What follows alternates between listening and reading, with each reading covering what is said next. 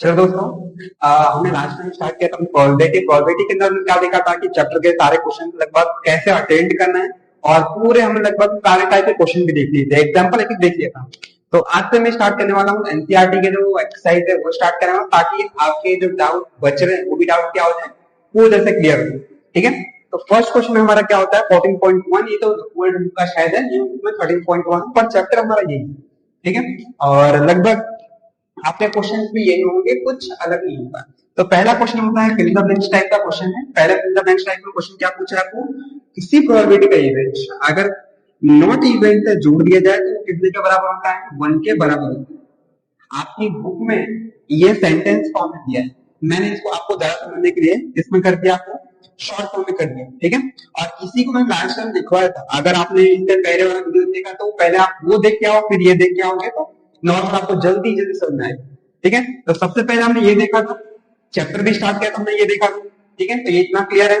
Second number पे क्या बोला गया कि the probability of the event that can not happen. ये बात हमेशा याद रखना, अगर कोई प्रोबेबिलिटी नहीं हो रही है, कोई इवेंट नहीं हो रहा है, तो उसमें प्रोबेबिलिटी कुछ बनेगा क्या, नहीं बनेगा। ठीक है, तो यहाँ पे हमारा आंसर आ जाएगा, उसकी प्रोबेबिलिटी कितनी होगी, 0 होगी।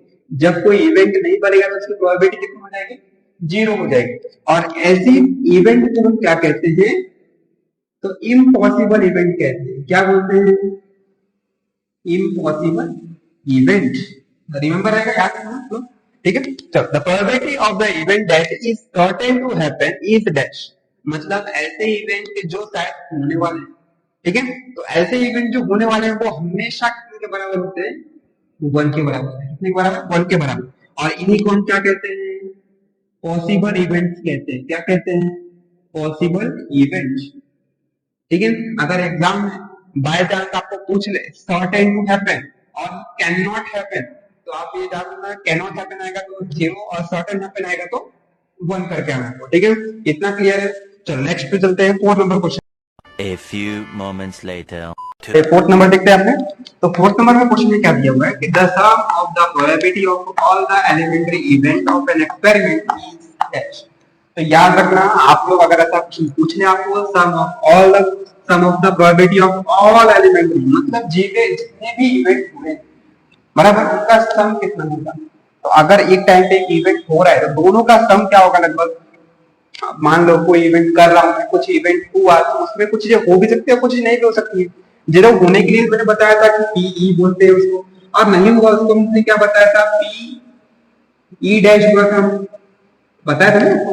तो ये दोनों का अगर सम करें तो क्या आएगा, वो हमेशा 1 के बराबर होगा। कितने के बराबर होगा, 1 के बराबर होगा। तो यहाँ पे आंसर क्या आ जाएगा, 1। ओके, नेक्स्ट क्वेश्चन यहाँ पूछा गया है कि the probability of an event is greater than और इक्वल टू डैश। तो देखो, अगर कोई प्रोबेबिलिटी आप निकाल रहे हो तो वो हमेशा ग्रेटर होगा और इक्वल टू होगा किसके, 0 से। याद रखना, 0 से कोई भी छोटा नंबर प्रोबेबिलिटी नहीं बनता। ठीक है, और लेस देन इक्वल टू यहाँ पे आएगा 1। कोई भी प्रोबेबिलिटी 1 से ज्यादा मत, मान लो आपका 1.2 आ गया तो गलत, 1.1 भी आ गया तो भी गलत है, 1.01 भी आ गया तो भी गलत है। ठीक है, तो हमेशा रखना जो प्रोबेबिलिटी है वो हमेशा 0 से ग्रेटर होगा और इक्वल टू, और 1 से लेस देन होगा और इक्वल